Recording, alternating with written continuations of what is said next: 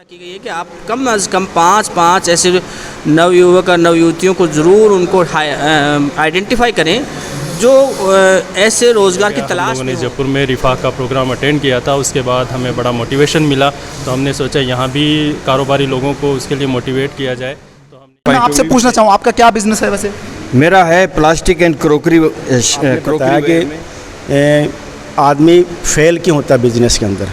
तो फेल होने के कई कारण होते हैं, जैसे जगह का सिलेक्शन गलत हो गया, पर्याप्त पूंजी नहीं लगी, या उसके प्रति समर्पण की भावना नहीं, बिजनेस के प्रति समर्पण की भावना नहीं। जैसे बिजनेस को नबी सल्लल्लाहु अलैहि वसल्लम की भी सुन्नत बताते हैं, और हमारी जो गवर्नमेंट है, चाहे वो मोदी गवर्नमेंट हो या अशोक गहलोत की गवर्नमेंट हो, ये गवर्नमेंट भी जैसे कोरोना का काल जब से आया, जब से बिजनेस को ज़्यादा प्रमोट करती हैं कि भाई आप जॉब लेने वाले ना बने, बिजनेस ग्रोथ हो।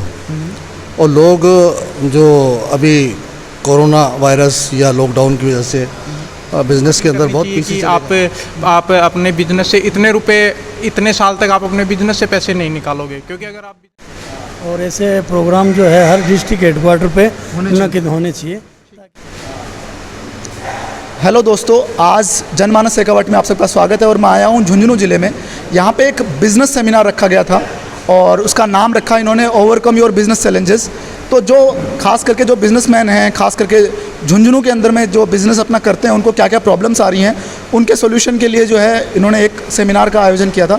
तो यहाँ पे जो लोग आए हैं उनसे अपन पूछते हैं। लियाकत राइन साहब, आप यहाँ पे आए थे, तो आपको क्या फ़ायदा हुआ इस बिज़नेस सेमिनार से? सबसे पहले तो यहाँ पर इस तरह के प्रोग्राम्स का मुनक़द करना जो है सबके लिए ही फलाह और बहबूद का रास्ता दिखाने के लायक होता है। हमने कुछ सवालात भी किए, उसके नज़रिए से हमने इस तरह से पूछा कि नौजवान एक तबका है, इन्वेस्टमेंट करना भी चाहता है, उनके ज़रिए से, क्योंकि वो चाहते हैं कि हमें एक सही गाइडलाइन मिले बिजनेस। जैसे मैं आपसे पूछना चाहूँ आपका क्या बिज़नेस है वैसे?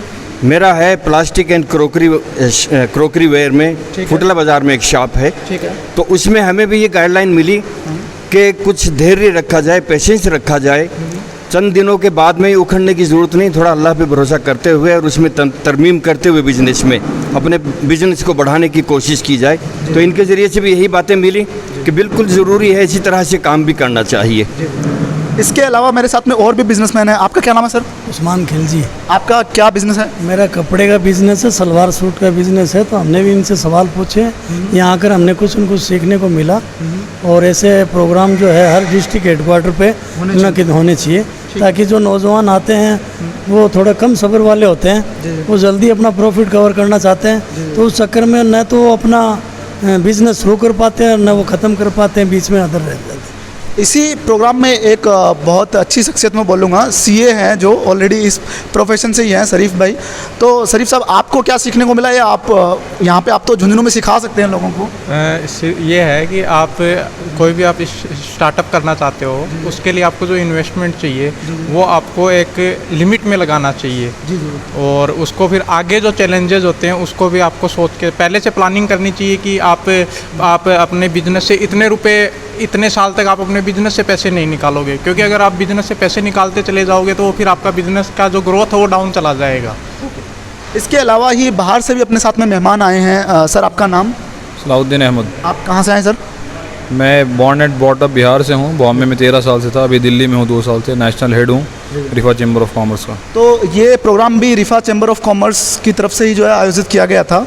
तो सर, जैसे कोई झुंझुनू का अगर कोई साथी आपसे जुड़ना चाहे, या जैसे आपने यहाँ पे प्रोग्राम किया, काफ़ी लोगों के सवाल के जवाब दिए, बहुत अच्छा लगा, लेकिन अगर कोई सच में जुड़ना चाहे तो वो कैसे जुड़ सकता है रिफा से? देखिए, हम लोग के ऑलरेडी 17 चैप्टर 17 स्टेट में रिफा चैम्बर ऑफ कॉमर्स काम कर रही है, और उसके बाद हम लोग अलग अलग डिस्ट्रिक्ट में उसके यूनिट क्रिएट कर रहे हैं। जयपुर में एक लॉन्चिंग प्रोग्राम रिफा चैम्बर ऑफ कॉमर्स का हो चुका है। अभी झुंझुनू में आप समझिए कि ये एक आज लॉन्च हुआ है, और आज शाम में सीकर में एक प्रोग्राम है। अच्छा। तो यहाँ पे एक ऑलरेडी कोर टीम बना दी गई है। तो किसी को भी रिफा चैम्बर ऑफ कॉमर्स से जुड़ना होगा, कोई भी बिजनेस चैलेंज होंगे, वो लोकल टीम को भी कांटेक्ट कर सकती है, और डायरेक्ट रिफा के वेबसाइट के थ्रू, मेरे कॉन्टैक्ट नंबर के थ्रू हमसे भी कांटेक्ट कर सकते हैं। उसके अलावा मैं कई बार देखता रहता हूँ कि आप लोग टेक्नोलॉजी का भी बहुत यूज़ करते हैं। कई बार जैसे जूम मीटिंग वगैरह आप लोग रेगुलरली ऑर्गेनाइज करते हैं शायद? जी, हम लोग वेबिनार करते हैं।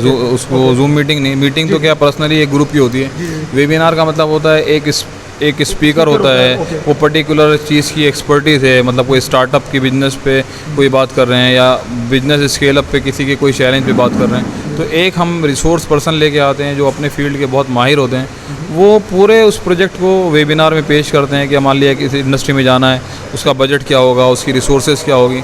ये इसके अलावा ही राजस्थान में भी रिफ़ा चैम्बर्स ऑफ कॉमर्स के हमारे साथ में हैं वकार साहब। सर, जैसे राजस्थान के अंदर में बिज़नेस फील्ड के अंदर में आप क्या ग्रोथ देखते हैं, या फिर किस हिसाब से हम लोग और ज़्यादा अच्छे से इन सेमिनार्स को कर सकते हैं एटलीस्ट? असल में राजस्थान पिछड़े हुए स्टेट्स में आता है, दूसरे स्टेट्स बहुत आगे निकल रहे हैं, गुजरात और दूसरे जो स्टेट्स हैं।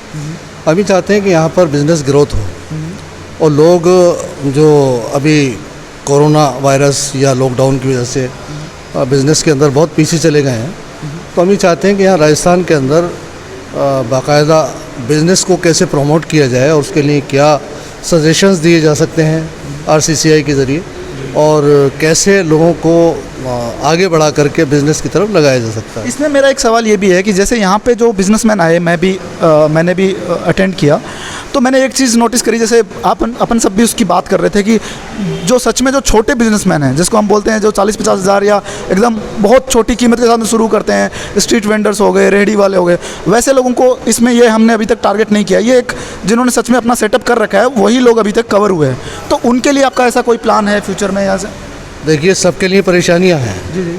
अभी तो एक झुंझुनू में इनिशिएटिव लिया है, अभी जैसा बताया गया कि जयपुर में एक लॉन्चिंग प्रोग्राम हुआ था, एक ये लॉन्चिंग प्रोग्राम ही इसको मान लें। अभी अलग अलग जो कैटेगरीज़ में लोग बिज़नेस कर रहे हैं, कारोबार कर रहे हैं, यहाँ तक कि मजदूरियाँ कर रहे हैं, तो उनको भी कैसे प्रमोट किया जाए और कैसे वो आगे बढ़ें कारोबारी लाइन से, तो ये कोशिशें की जाएंगी।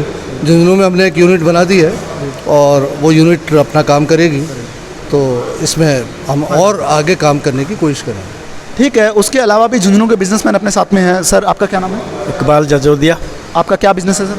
मेरा कपड़े का होलसेल का व्यापार है। कपड़े का होलसेल का। तो आप पहले तो मैं जैसे आपसे कोरोना पे ही पूछना चाहूँगा, कोरोना की वजह से कोई किस तरह का इम्पैक्ट आया है बिज़नेस पे? कोरोना की वजह से हमारे इधर से जो विदेश में काम करते थे, जहाँ अरब देशों में मजदूर खूब लंबी तादाद में थे, वो सारे के सारे इधर रिटर्न आ गए, बेरोज़गार हो गए। उनका पैसा भी अरब देशों में लटक गया कंपनियों के अंदर, तो पैसे से ही मोहताज हो गए, बेरोज़गार भी हो गए।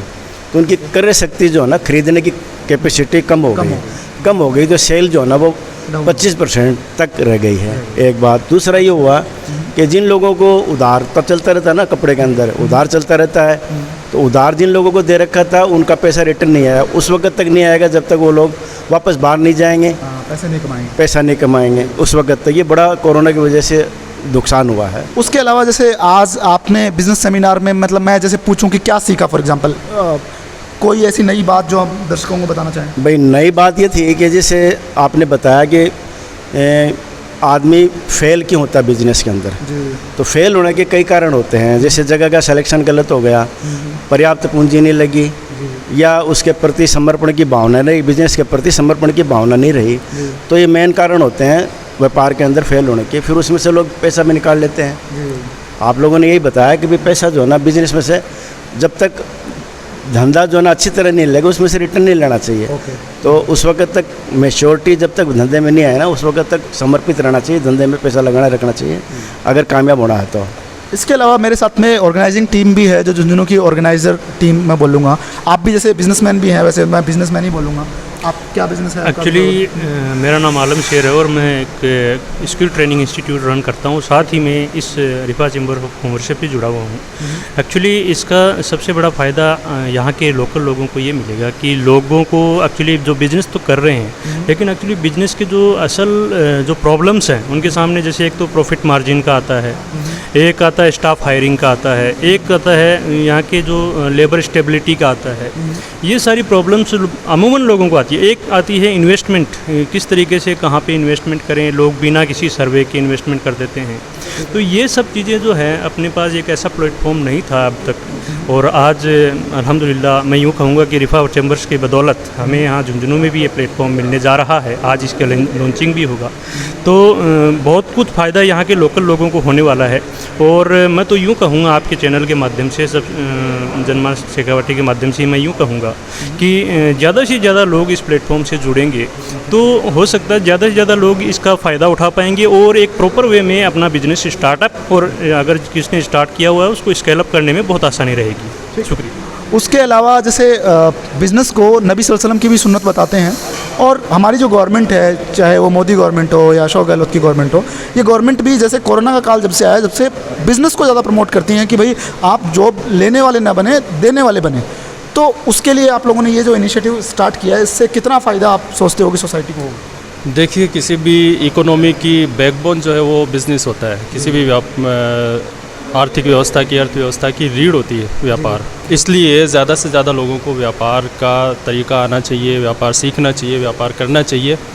तो इसीलिए ये झुंझुनू के अंदर एक इनिशिएटिव लिया गया। हम लोगों ने जयपुर में रिफा का प्रोग्राम अटेंड किया था, उसके बाद हमें बड़ा मोटिवेशन मिला।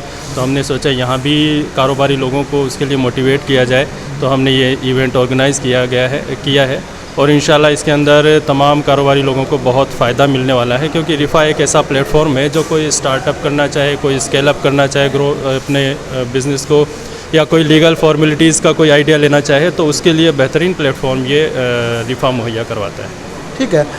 इसके अलावा मेरे साथ में मुराद साहब भी हैं। मुराद सर, आप बताएं कि इससे फ़ायदा खास करके, जैसे मैंने अभी थोड़ी देर पहले बात करी कि छोटे बिजनेसेस को आप लोग कैसे कवर करने का झुंझुनू में प्लान करेंगे? देखिए, आजकल नेटवर्किंग का दौर है और एक प्रोग्राम कोई हर आदमी प्रोग्राम में आए अटेंड कर भी नहीं सकता, सबकी कंडीशन भी अच्छी नहीं होती और प्रोग्राम भी ऐसा नहीं हो सकता कभी भी कि एक ही प्रोग्राम में सबको अटेंड करवाया जाए।